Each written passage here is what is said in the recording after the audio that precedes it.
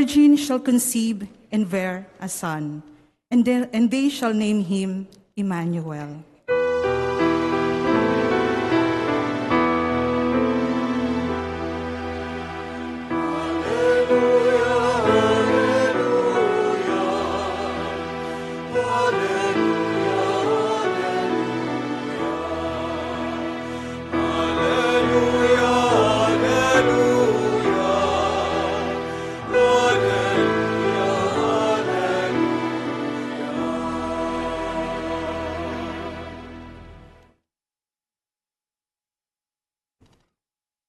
The Lord be with you. And with your spirit. A reading from the Holy Gospel according to Matthew.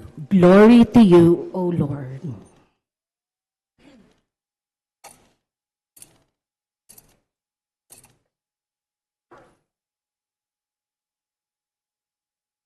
This is how the birth of Jesus Christ came about. When his mother Mary was betrothed to Joseph, but before they lived together, she was found with child through the Holy Spirit. Joseph, her husband, since he was a righteous man, yet unwilling to expose her to shame, decided to divorce her quietly. Such was his intention, when behold, the angel of the Lord appeared to him in a dream and said, Joseph, son of David, do not be afraid to take Mary, your wife, into your home, for it is through the Holy Spirit that this child has been conceived in her. She will bear a son, and you are to name him Jesus, because he will save his people from their sins. All this took place to fulfill what the Lord had said through the prophet. Behold, the virgin shall conceive and bear a son, and they shall name him Emmanuel, which means God is with us. When Joseph awoke, he did as the angel of the Lord had commanded him, and took his wife into his home. The Gospel of the Lord. Praise to you, Lord Jesus Christ.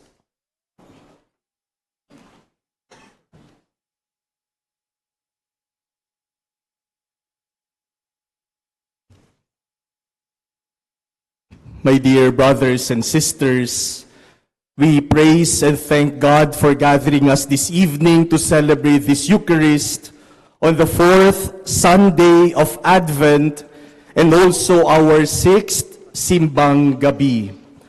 At gusto ko pong magpasalamat kay Monsignor Noli at kay Father Lemo sa kanilang paanyaya na makapagmisa ako ngayong gabing ito sa inyong community. Sa totoo lang po, gusto ko sanang tanggihan ang invitation. Pero dahil si Monsignor Noli po ay katrabaho ko sa Curia, sa mga opisina ng Archdiocese of Manila, at si Father Lemo din, kasama namin sa mga ministry ng Archdiocese of Manila, at si Father Lemo ay estudyante ko rin dati sa seminaryo, kaya hindi ako makatanggi. Kaya salamat na rin at naririto tayo at magkakasama ngayong gabi. I am also a mall chapel priest. I serve 2 mall chapels in Makati. The Our Lady of the Most Holy Rosary Chapel in SM Makati and the Mary Mother of Hope Chapel in Landmark Makati. 2 mall chapels po sa Makati ang aking pinaglilingkuran.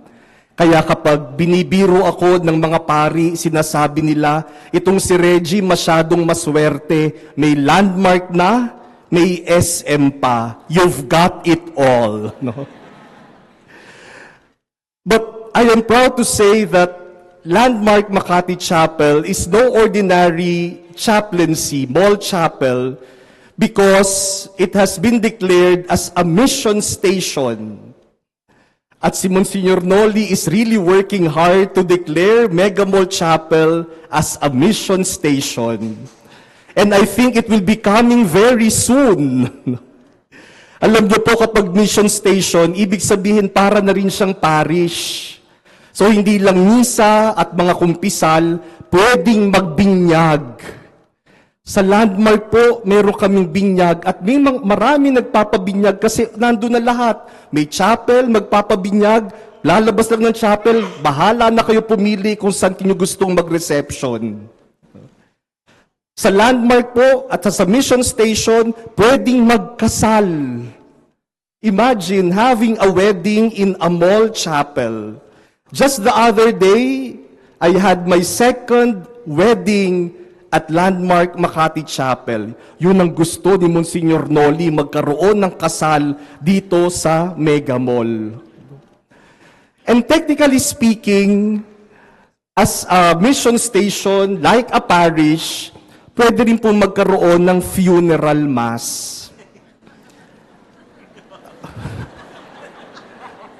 Hindi ko lang po alam kung paanong dadalhin dito. Magpuposisyon muna sa loob ng mall para makarating dito. Baka hindi rin tayo payagan ng may-ari. My dear brothers and sisters, at the heart of our readings this fourth Sunday of Advent and also our sixth Simbang Gabi is one profound name. Emmanuel, which means God is with us. In our first reading today, the prophet Isaiah speaks to a frightened king, King Ahaz. And King Ahaz is afraid because he is surrounded by threats and uncertainty.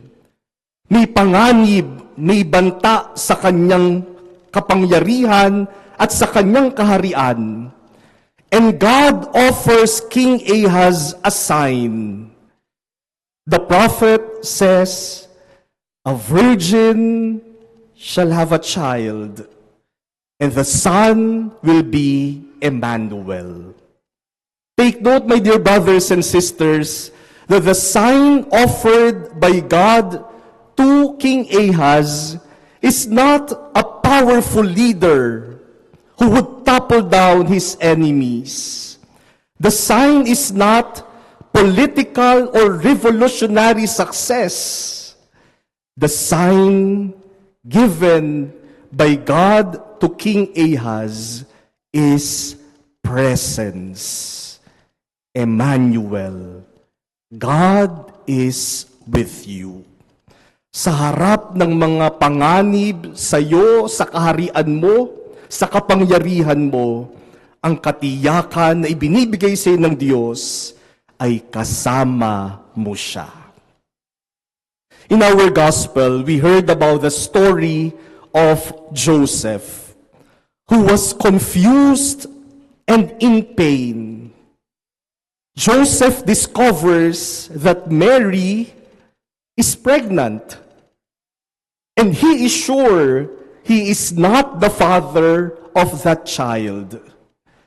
And so Joseph's life seems to be collapsing. Kayo na ang nasa katatayuan ni Jose. Siguro parang masisira din ang buhay mo. Parang babagsak din ang kinabukasan mo. And then God brings Joseph to sleep. And God, through the angel, speaks to Joseph and explains to Joseph what is happening. Sabi ng Diyos sa kanya, huwag kang mag-alala. Alam ko yung nangyayari at ako ang may kinalaman sa lahat ng nangyayaring ito. Si Maria, nagdadalang tao kasi yung ipapanganak niya ay anak ko, tagapagligtas ng mundo. At ikaw, may mahalagang papel na gagampanan sa kwentong ito.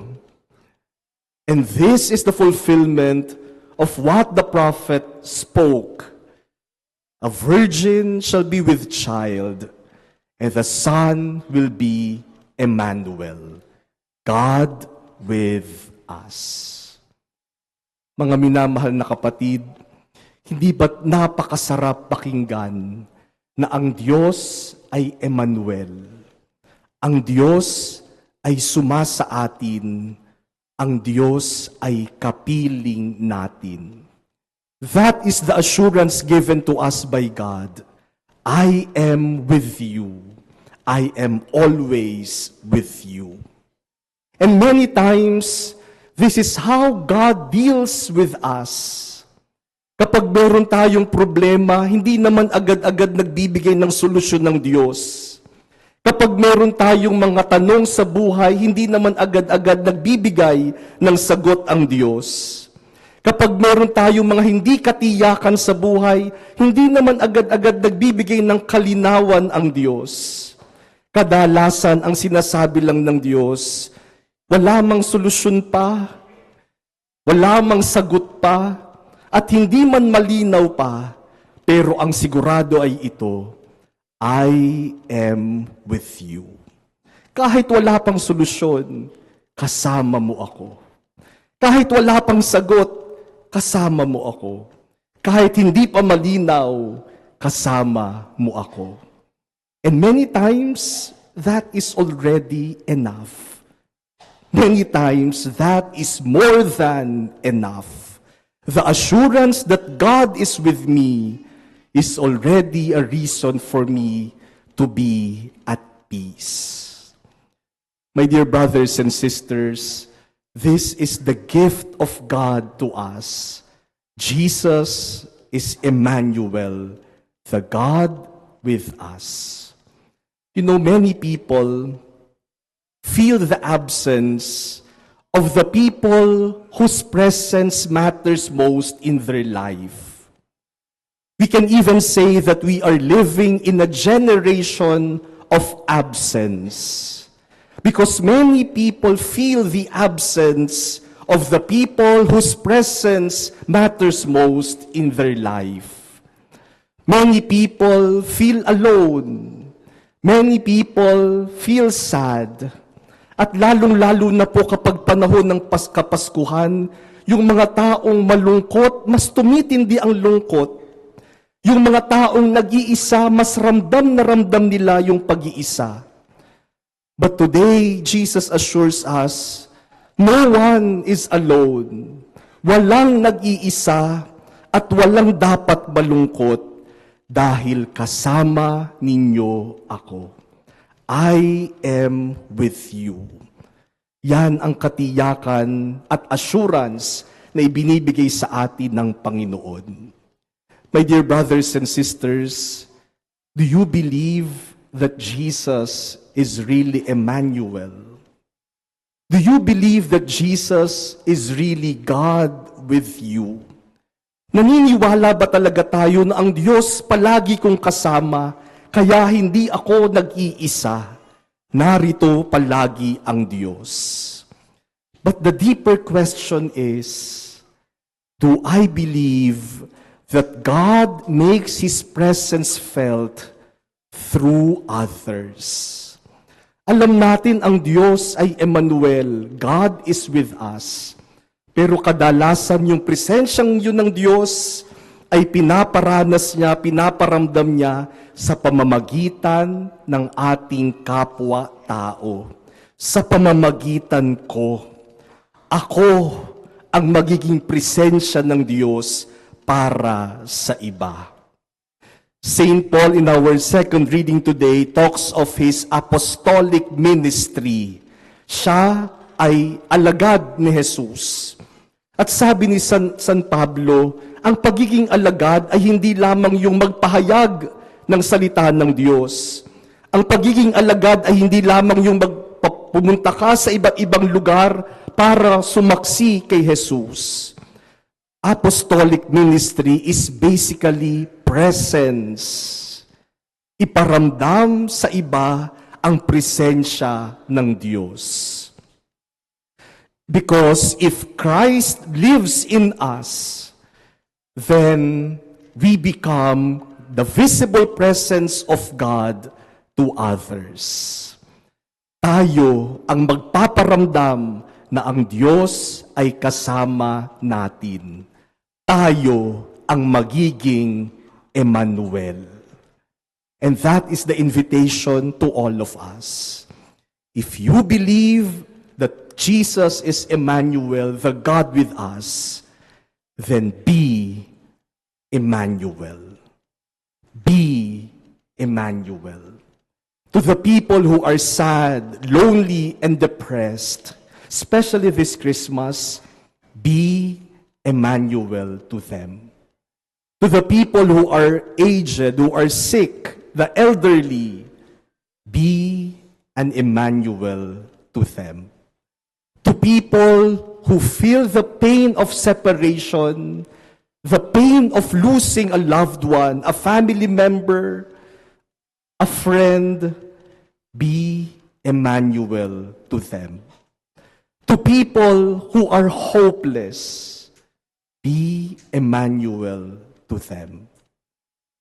Naririto'ng kasama natin ng Diyos, pero ang Diyos kasama natin sa pamamagitan ng bawat isa.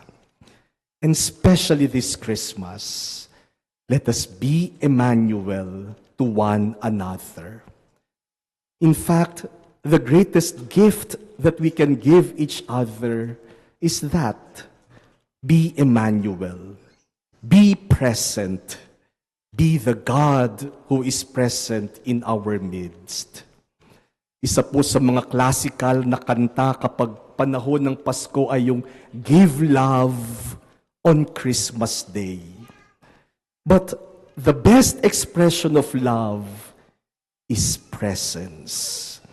In fact, presence is one of the best presents. Yung presence natin, ang pinakamagandang mairirigalo natin sa bawat isa. Madaling magbigay ng regalo, madaling magpadala ng regalo, pero mas na-appreciate nung nakakatanggap ng regalo kung yung regalo may kasamang presence. Huwag ka lang magpadala, ikaw ang magdala. Kasi mas mahalaga ka kaysa sa regalo mo. Kaya yung presence, yan ang magandang gift sa isa't isa. Hindi pa magastos. Hindi ka pa makikipagsiksikan sa mall. Hindi ka pa pipila ng mahaba sa mga cashier. Just give your presence. Kaya po kapag dumating ang inyong mga inaanak ngayong Pasko, mga ninong at mga ninang, huwag nyo naman pong pagtataguan. Minsan, Pasko na lang kayo makita, pagtataguan nyo pa. Presence. Tanggapin ninyo ang inyong inaanak at sabihin nyo, your ninong or your ninang is present here for you. Tapos sabihin ninyo, and my present to you is my presence. Di nakatipid pa kayo. Sapat na yon, naririto ako para sa iyo. O sa mga mag-asawa, sa magulang, sa mga anak, be present this Christmas for each other, with each other. Hindi naman mahalaga yung mga regalo, dagdag na lang yan sa ating presence. Sabihin mo sa asawa mo, you know my gift to you? Presence. Baka sumimangot.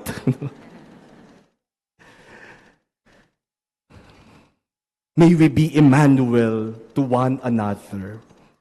Give value to presence. Alam niyo po, last Saturday, just the other week, last Saturday, I was in Kalibo, in Aklan, to give a talk at the Advent Recollection, at the Diocesan Advent Recollection. Yung pong invitation ay natanggap ko August pa. Kaya maaga namang na-schedule. At nung natanggap ko yung invitation, available naman ako dun sa araw na yung December 13, kaya nagpabook na agad ako ng papunta sa Kalibo at pabalik ng Manila. Yung flight, sabi ko, para kumuha ako ng Friday, December 12, evening flight, 8 p.m. Para naman, nandun na ako the night before the talk. At yung pabalik ko ay mga 9 p.m. of Saturday, darating ako sa Manila a little past 10 p.m. So nakabook na siya. A month before, December 13, tinawagan ako ng isang kaibigan kong pari. Sabi niya, Reggie, sa December 12 ha? Sabi ko, anong meron sa December 12? Sabi niya, anniversary ng ordination ko. Oo nga pala. Sabi niya, meron na, 10th anniversary ko na. Sabi ko, wow, 10 years ka na pala. Sabi niya, may misa ako 6 p.m. Naisip ko na, kung may flight ako ng 8 p.m. Tapos sabi niya sa akin, baka pwedeng ikaw ang mag-homily.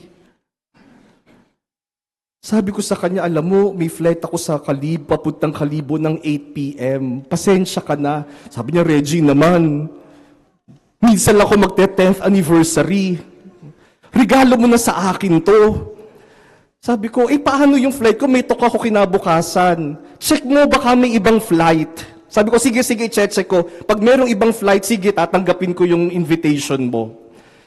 Sabi ko sa sarili ko, sana walang ibang flight. So nag-check ako. Naku, merong 2 a.m. flight ng Saturday. 2 a.m. aalis ng Manila, darating sa Kalibo ng 3 a.m. So sabi ko, sige na, para na lamang sa isang kapatid na pari. So nirebook ko yung flight, 2 a.m. 2 weeks before December 13, may isang grupo naman ng mga kabataan sabi, Father, December 13 ng gabi yung gathering namin ha. Sabi ko, anong gathering yan? May gathering kami, hindi ba da-attend ka? Sabi ko, nasa Kalibo ako niyan. Sabi, Father, sige, nagawa ka ng paraan. Sabi ko, darating ako 10 p.m., tapos na kami niyan. Humanap ka ng mas maagang flight. So sabi ko, anong hahanapin ko mas maagang flight? 9 p.m. pa nga yung flight ko. So nagtanong ako, sabi ko, paano ba ako makakarating ng Manila around 7 p.m.? Sabi nila, Father, mayroong flight ng 5 p.m. sa Katiklan. Sabi ko, saan yung Katiklan? Sa Boracay. So paano ako makakarating from Kalibo to Katiklan? Mga 1.5 drive lang po yan, Father. So pupunta pa ako ng Katiklan para sa 5 p.m. flight para makarating ng mga 6 o'clock sa Manila. Sabi ko, sige na lang para sa mga kabataan. Kaya ganun po ang nangyari. December 12, nag-homily ako sa anniversary ng kaibigan kong pari. 2 a.m., pumunta ako ng Kalibo, dumating ako ng 3 a.m., natulog ng konti, 9 a.m., nagsasalita na ako. Nagtanghalian, after lunch, takbo na papuntang Katiklan, sumakay ng eroplano, by 6 p.m., nandito na ulit ako. Duloy doon sa gathering ng mga kabataan. Nung gabing yun, pagod na pagod talaga ako. Sabi ko, para kung ginawang Quiapo ang Kalibo. But you know, they sent messages. Yung kaibigan kong pari, yung sa Kalibo, yung mga kabataan, and they were very thankful. Sabi nila, salamat dahil nagbigay ka ng oras. Isip-isip ko, kung alam nyo lang. But that is the gift of presence. You won't spend anything, but it will demand your all. My dear brothers and sisters, the child to be born of Mary is Emmanuel, the God with us. Jesus is God's assurance that He is always with us. He will never leave us alone. He is always with us. And let us be Emmanuel to one another. Maramdaman nawa ng ating kapwa na talagang naririto ang Diyos dahil sa atin. This Christmas and every day, be Emmanuel.